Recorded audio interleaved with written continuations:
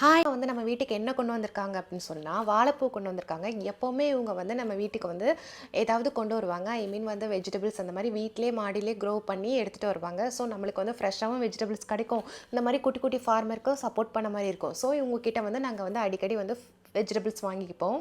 வாழைப்பூவ பார்த்தோன்னே எனக்கு டக்குன்னு ஞாபகம் வந்தது வந்துட்டு என் ஃப்ரெண்டு தான் ஞாபகம் வந்தாங்க. அவங்க வந்து என்ன பண்ணுவாங்கன்னா, அடிக்கடி எனக்கு வாழைப்பூ வடை செஞ்சு குடுப்பாங்க. ஸோ வந்து இந்த வாட்டி நான் அவங்களுக்கு ட்ரை பண்ணி செஞ்சு குடுக்கலாமே அப்படின்னு சொல்லிட்டு தான் நாங்க இந்த வாழைப்பூவே வாங்குனேன். ஸோ வந்து நான் வாழைப்பூ வடை செய்ய ஆரம்பிச்சுட்டேன். அதில வந்து நெறையா கடலை பருப்பு அண்ட் கொஞ்சமா உளுந்த பருப்பு போட்டு பண்ணினேன். நீங்க வந்து வாழைப்பூவ கூட்டு, பொரியல் அந்த மாரி செஞ்சு சாப்பிட்டா உங்க உடம்புக்கு வந்து ரொம்ப நல்லது. ஏன்னா, இதில வந்து துவர்ப்பு தன்மை இருக்கு. துவர்ப்பு தன்மை வந்து உடம்புக்கு அவ்ளோ பெனிஃபிட்டுங்க.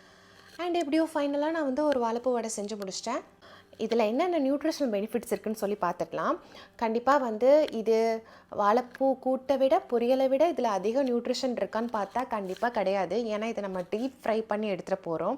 ஸோ ஆசைக்கு அந்த மாதிரி சாப்பிட்டுக்கலாம் தவிர அந்த கூட்டு பொரியலில் இருக்கிற அளவுக்கு வந்து உங்களுக்கு சத்து வந்து இதில் கிடைக்குமா அப்படின்னா வந்து அப்சல்யூட்லி நோ தான். இந்த மாதிரி குட்டி குட்டி இன்ஃபர்மேஷன் தெரிஞ்சுக்க என்னை ஃபாலோ பண்ணிக்கோங்க. இல்லைனா